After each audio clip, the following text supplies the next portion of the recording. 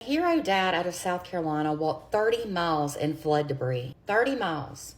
So that he could make it to his daughter's wedding to walk her down the aisle. The original 2-hour drive to his daughter's wedding turned into a treacherous 30-mile walk through all kind of flood and hurricane debris that was left behind from Hurricane Helene. David Jones traveled 5.5 hours on foot after he was originally driving 7 hours in order to escort his daughter Elizabeth Marquez down the aisle at her wedding in Johnson City, Tennessee. So in other words, he drove for 7 hours, and when he could not make it any further by car, he got out and walked the rest of the way, which was over 5 hours. And that may not sound like a lot, which it does to me, but he was walking at night at like 2 a.m. and it was in the middle of debris and water and just chaos. He was determined not to miss his daughter's wedding, and this is so heartwarming. So at 2 a.m. a few mornings ago, state troopers on Interstate 26 turned him around because they said the rest of the way was undrivable. So what did David do? He put on his running shoes and left his car and made the journey to the wedding, and that included going over 7 to 10 feet high piles of debris in the dark.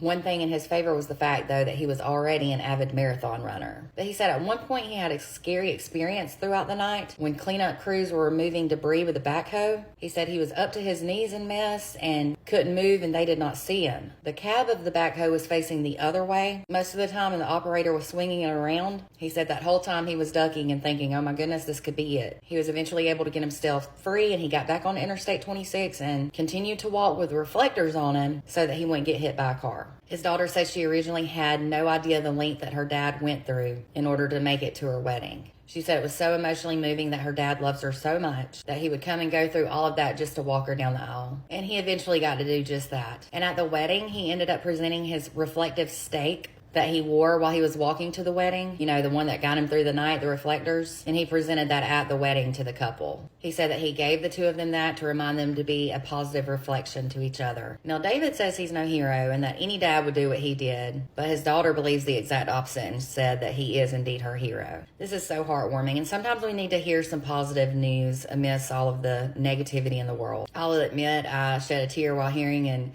reading about this. I sure miss my dad more than anything. If you still have your dad, remember to be thankful and not to take them or the time you spend with them for granted. Okay, sorry, not trying to get deep. For more content, don't forget to give me a follow and to visit my website at www.truecrimewithmegan.com.